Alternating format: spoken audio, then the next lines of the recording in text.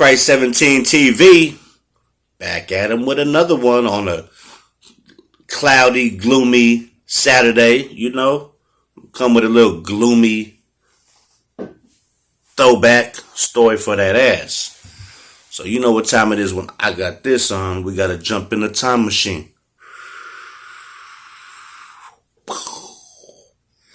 Christ 17, excellent adventure like Bill and Ted, but it's your hood version.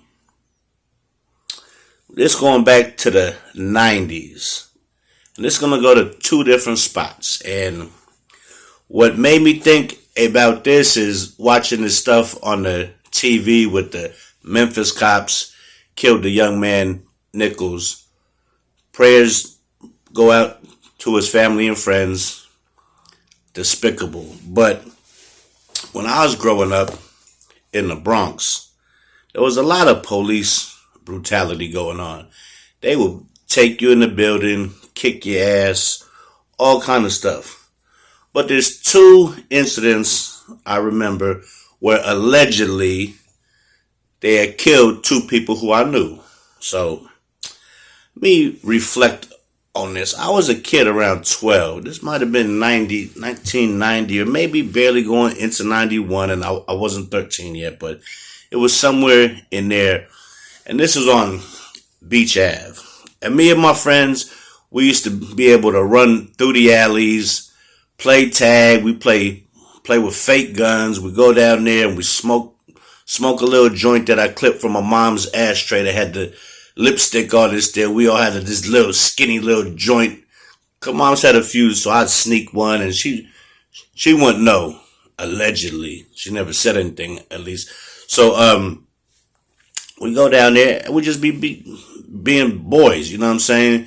Back then we had no phones, no iPads, none of that. You would go outside and your parents would say, "Stay out there until it get dark, or until you hear us scream your name." Unless that we at the park, which was up the block that we played sports. But we spent a lot of time playing in the alleys, playing in the buildings, playing on the rooftops. Growing up then, that's what we did. So, one time I came from school and we playing inside the alleys, and I used to tag up as a kid like all the kids did in the Bronx. Graffiti was a big part of our upbringing. You know what I'm saying? So I'm in the alley and I see this big old thing in a fat cap. Said police murdered Macho, allegedly. So underneath that written, police murdered him, was like a dent in the cement, like somebody hit it with a bowling ball. So allegedly he was running from the cops and he made it to the rooftop and he had nowhere else to run to, and he got into it with the cops.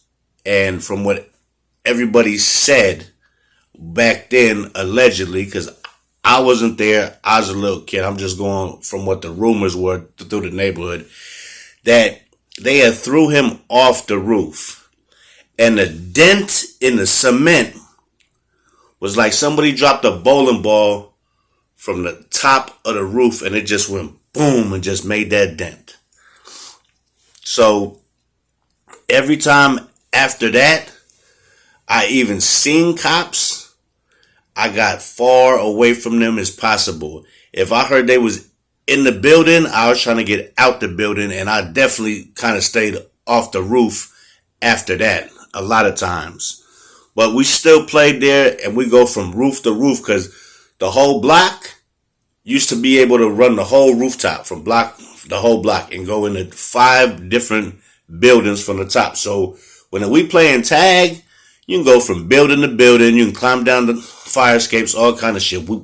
We grew up different. It was way different in the Bronx than kids growing up in California, Texas, Florida. Different strokes for different folks. So that was one of my first memories of police allegedly killing somebody who I knew. I didn't know the guy personally, but I knew him from me playing tag and him being on the other block. And he would say, "Hey, y'all better be careful," because we was playing with like black guns. And they wasn't like squirt guns where they're orange and green. No, we had black guns with black tape and stuff. We're trying to be like the big guys. You know what I'm saying? Fucking around and not knowing that shit could have got any of us little dudes smoked. Facts. So that was my first time really understanding that, yo, the police will kill you and they'll get away with it. Who's gonna tell on them? Not their fellow officers, because they all in the same gang. They crooked as hell, you know. And that was just it was ill, because every time I ran inside the alley and I looked at that spot with that big dent in the floor, I'd always look up. And I say, man, they threw him off the roof from way up there. See, the buildings were 5 floors, but the roof was the 6th floor. So just imagine landing on your head from the 6th floor all the way down to the concrete. Despicable. So after this, I have moved uptown,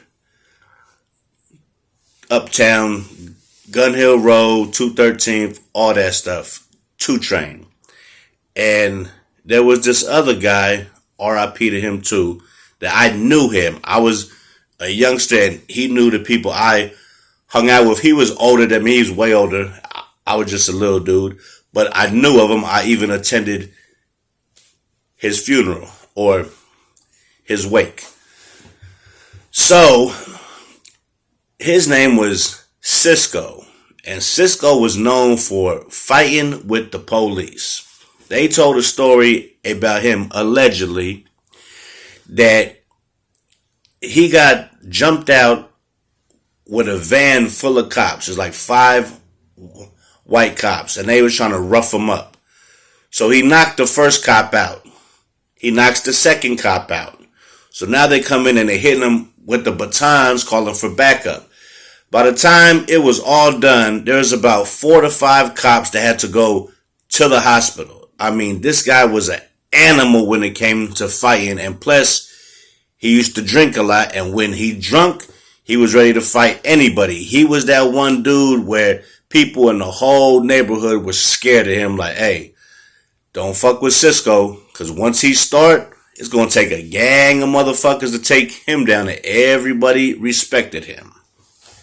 And this wasn't the first time that he had interactions with the cops. They used to pull him over and fuck with him just because he broke one of the cop's jaw and another cop's nose.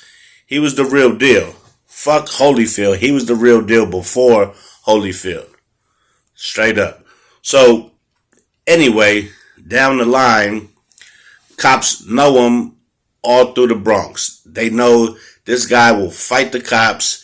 And it wasn't like he was running around with guns and shit like that. From what I knew, he wasn't that type of dude. He just get these things and beat your ass. That's how he got down, and he would clown, but he was a cool dude. He would drink. He was a funny dude, but the cops in the neighborhood would just come around harassing everybody. I've been harassed. They've done threw me down, choke slammed me, all kind of shit in the snow. I've seen it. I've been witness to it. I've been victim to it. I just haven't lost my life to it. Amen. Thank you, Lord. But there was a time where he was on like I guess you want to say a high-speed chase. And he got out the car and ran. And this was in co-op. This is what I allegedly heard from family and friends when I was at the wake. So he ran, and there's like a pond. And he got inside the pond trying to hide. This is what I heard.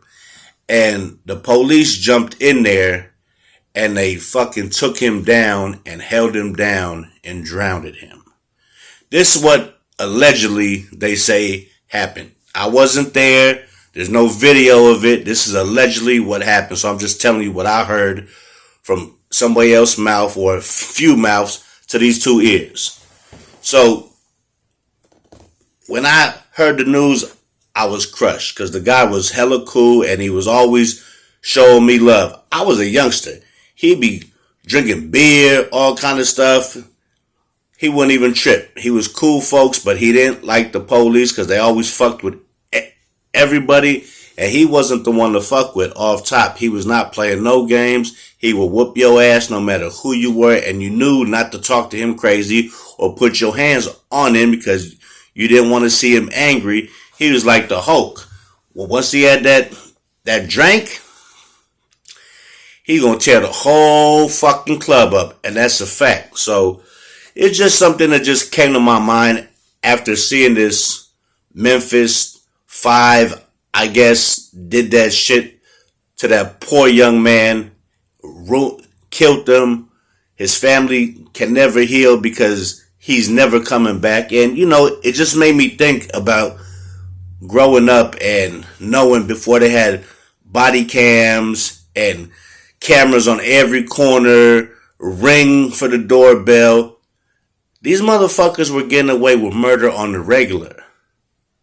I mean, there was a time where they had shot like four little kids in 1 year in New York that had squirt guns. And I'm not talking about 13, 14. I'm talking about kids like 7 and 8. The youngest one was 5. How do you fuck around and unload on a 5-year-old who has a fucking orange squirt gun? Where's the training at? And back then, nobody was getting charged. Cops could shoot anybody and they would put a gun down there, a knife, whatever they could, and say, that's what he had. That's why they always kept that little small gun on their boot.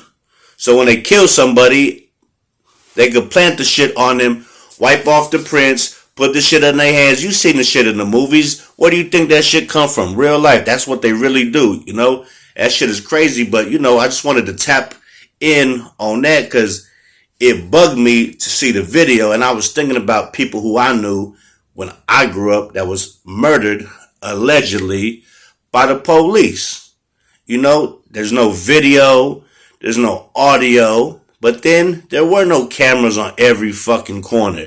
There was no fucking body cam. There was no cell phone. So it was their word against the police word. And when the police say something, their word is gold. You're not getting by nothing fucking with them. And that's a fact. So I just wanted to drop a little gem on you that crossed my mind. Because when I seen that shit, boy, that shit was foul as hell and turned my stomach and made me think how many times I got lucky and not getting clapped from running from the cops, from doing this, from jumping down from the fucking 3rd floor on a roof to a whole nother fucking restaurant and jumping down and running down the block to get away from these motherfuckers so I don't be going to jail for no fucking drugs or just trespassing. I did some shit just to avoid trespassing because they take you to jail for trespassing if you in a building you don't live in and you don't have no fucking key in. So this is Christ 17 with the throwback hat on, giving you a throwback story. And, I just had to dig deep in the past to shoot y'all a little cool little throwback joint. It's sad that we lost these lives and the young man that he just lost, his life. But hopefully all these crooked cops, man, they go to jail, they get took down, but hopefully they stop killing people, man. Stop killing people, man. It's not gonna go nowhere now. Y'all getting served, charged. But see, the one thing that's different in this case, that they're all black cops. And look how fast they charge the black cops. If it was a white cop, they'd be under investigation, off paid with no leave. It take months to charge the white cop, but they charge the black cops within 48 hours. That's the difference. This Christ 17 giving you a throwback story Rest in peace to all the fallen soldiers that been victim of police brutality, not just in my city, in all the cities across America. Like, subscribe, comment, and please share these videos. And don't be afraid to leave a comment in the comment section, player. Catch you on the flip side, man. This is Christ 17, and I'm out of here, player.